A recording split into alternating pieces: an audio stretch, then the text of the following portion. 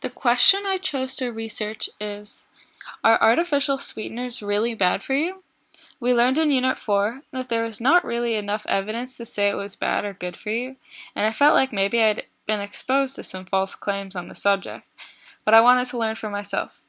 I found a very credible source from the Harvard Medical School, which I think can be trusted because it is coming from an established university with an edu web address. It also includes sources for its information, like quality sources, is up to date, and does not hide its origins.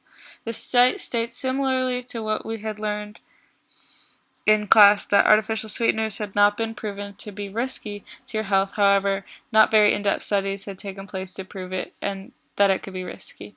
The site also includes this statistic, and I quote, "In the multi-ethnic study of atherosclerosis, daily consumption of diet drinks was associated with a 36% greater risk for metabolic syndrome and a 67% increased risk for type 2 diabetes.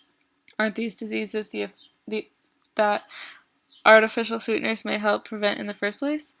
And I agree with that this is interesting. I think it could either be due to people consuming more calories because they're consuming the diet version of everything, and they think they can be extra in other areas, or maybe artificial sweeteners increase your desire for sugar, or maybe something else.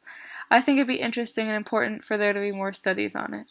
An example of a bogus source is titled "Why Artificial Sweeteners Are Bad for You and the Planet" by Elizabeth Seward, and in this article she uses the phrase "some recent studies," which links to a website called Science Daily, which appears to also not be very credible and not very well be a direct source of what she was trying to source.